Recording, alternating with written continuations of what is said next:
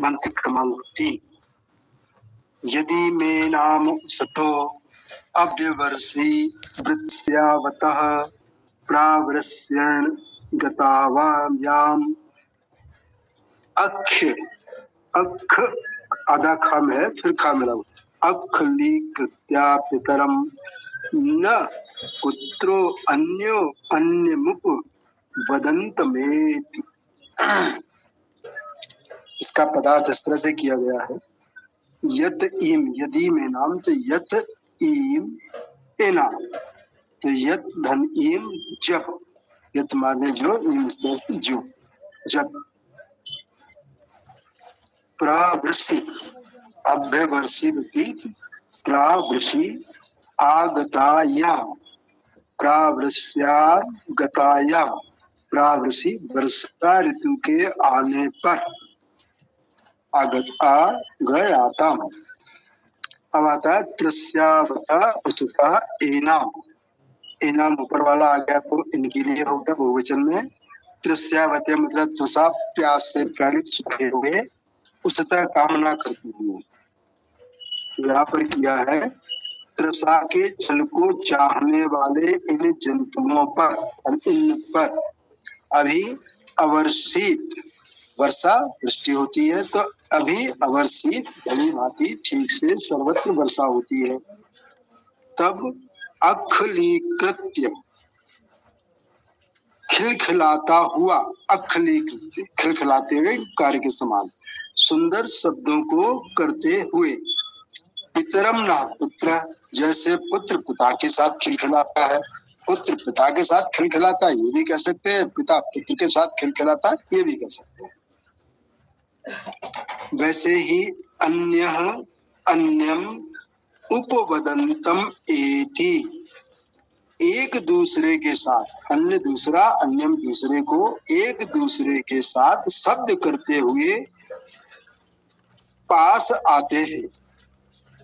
या इसका भावार्थ दिया उन्होंने वर्षा ऋतु में जीव आनंद से विचरते हैं और अपने भावों का अपनी चेष्टा तथा वाणियों के बीच से बोध कराते हुए पुत्रों के समान अपने पुत्रों के पास जाते हैं।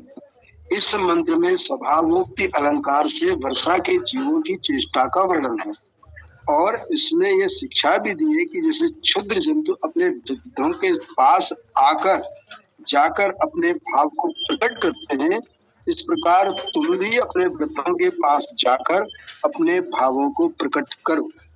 अब गंगा सहाय शर्मा जी का पढ़ता हूँ।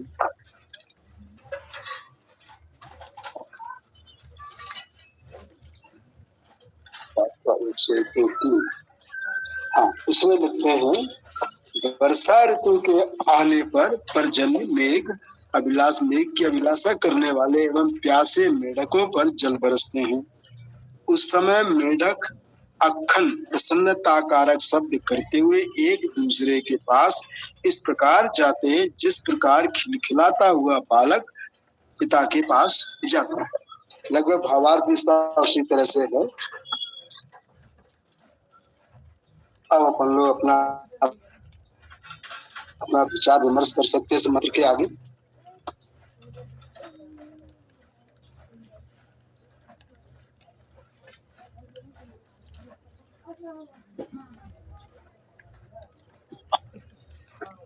ये इस मंत्र में जो अर्थ पढ़ा गया ये तो सहज स्वाभाविक वर्षा ऋतु का काव्यात्मक वर्णन माना जा सकता है। ऐसा कि साहित्य में होता है, वेद भी काव्य है और काव्य में होता है। हाँ इसमें निश्चित रूप से एक संदेश प्रेरणा निहित बताई गई वो बिल्कुल उचित है कि बच्चे माता पिता के साथ हंसते खिलखिलाते हैं उसी तरह से हम भी समाज में लोगों के साथ मिले जुले आनंद पूर्वक रहें। जिस प्रकार का संदेश देने का प्रयास हुआ है तो अच्छी बात है। वैसे वर्षा ऋतु में बहुत से लोग प्रसन्न भी होते हैं, बहुत से प्राणियों के लिए कष्टकर भी हो सकता है। कहते हैं पावस आवत देख के धरी कोकिलन मौन, अब तो दादुर बोली हैं हमें पूछी है कौन। वर्षा ऋतु में मेढक बोलने लगते हैं, टर्राने लगते हैं, मेढकों की टर टर सुनाई पड़ती है और कोयल की कुहकन बंद हो जाती है। तो ये तो प्रकृति है, कभी किसी के लिए अनुकूलता है, किसी के लिए प्रतिकूलता है, चलता रहता है। तो उन्होंने वर्षा का वर्णन किया है और अच्छा संदेश देने का प्रयास किया है। कोई बहुत गंभीर बात तो इसमें वैसी नहीं है जिस पर कोई बड़ी सैद्धांतिक चर्चा की जाए।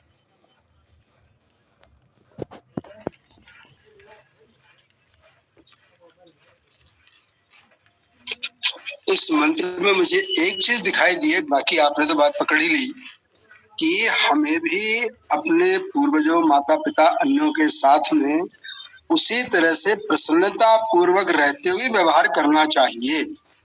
कई बार हम देखते भी हैं कि लोग बड़ा उनके साथ में बेरुखी वाला व्यवहार करने लगते हैं अपने यौवना काल आने पर, या अपना जीविकोपार्जन जब स्वतंत्र करने लगते हैं, या फिर कभी कभी उनको तिरस्कार की दृष्टि से भी देखते रहते हैं।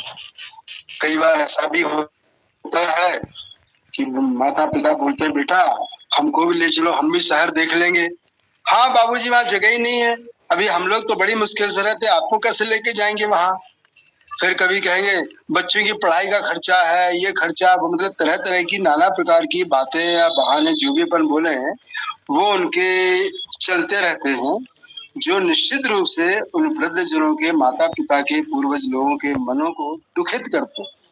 तो हमें उनसे बचना चाहिए और इन निरीह प्राणियों से, जो निर्दोष प्राणी हैं, मेंढक आदि अन्य जीव जो भी हैं, उनसे इस बात का हमको प्रेरणा भी लेना चाहिए कि जब वे अपने पिताओं के साथ खुश होते हैं, अन्य सभी बच्चे अपने पिताओं पूर्वजों के साथ खुश होते हैं, तो हम भी अपने माता पिता पूर्वजों के साथ प्रसन्न और उनका भी प्रसन्नता पूर्वक स्वागत करें।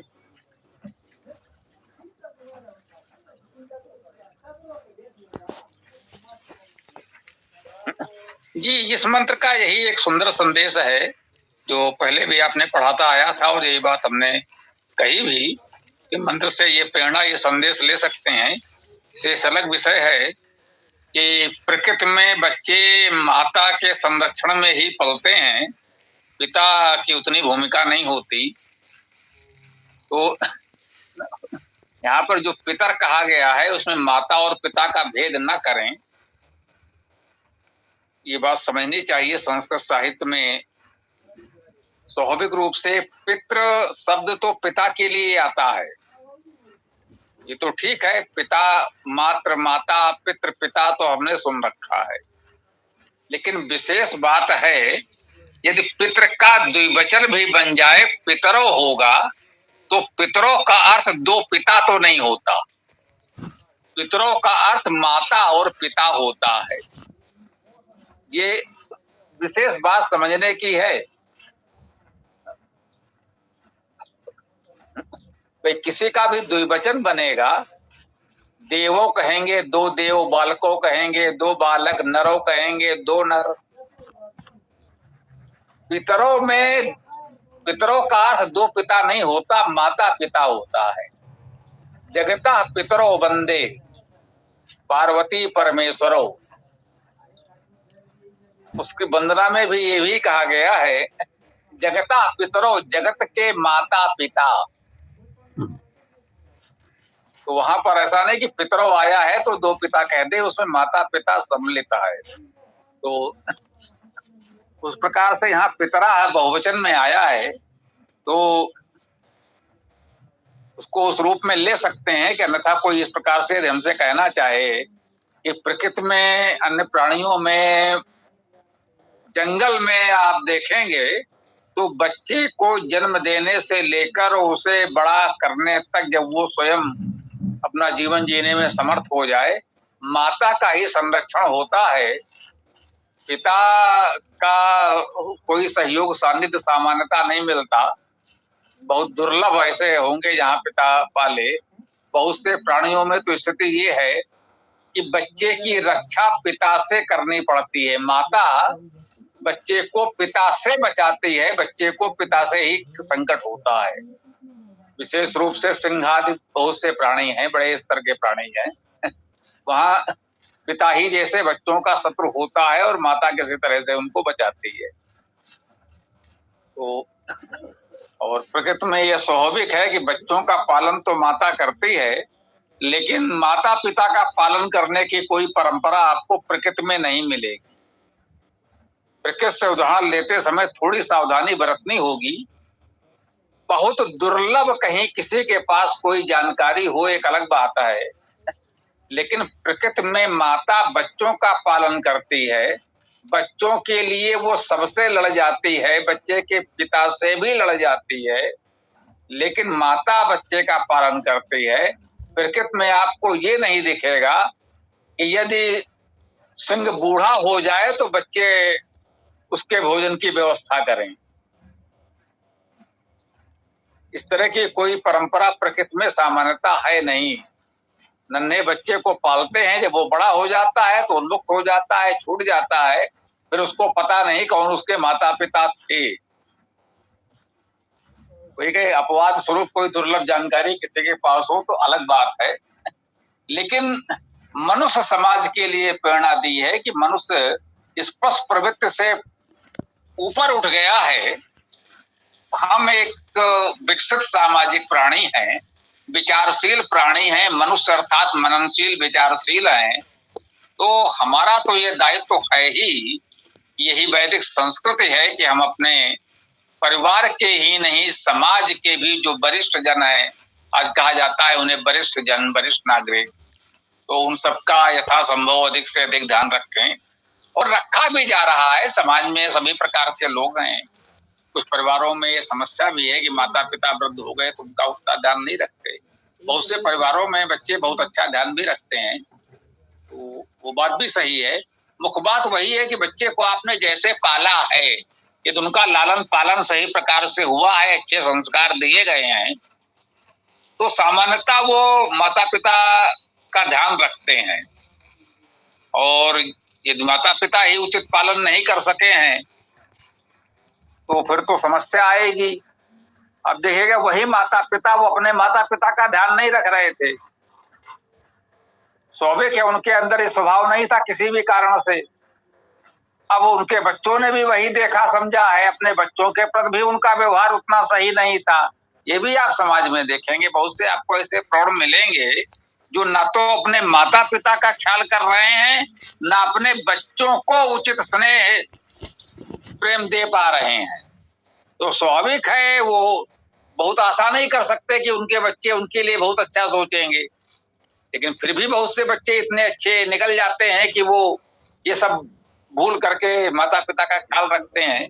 तो समाज में सकारात्मक और अच्छे उदाहरण भी हैं और कुछ स्थानों पर विपरीत परिस्थितियां भी हैं, ये भी सच्चाई है। हमको यही सीखना और सिखाना है कि बच्चों को अच्छे संस्कार दें, तो वो यथासंभव अपने पितरों का, माता पिता, दादा दादी जो भी हैं, उनका जो भी हो सके ध्यान रखें, सेवा सहयोग करें, अच्छी बात है।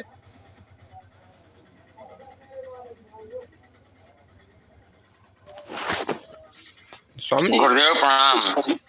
इस संबंध में मेरे पास एक जानकारी है, इसीलिए थोड़ा सा कि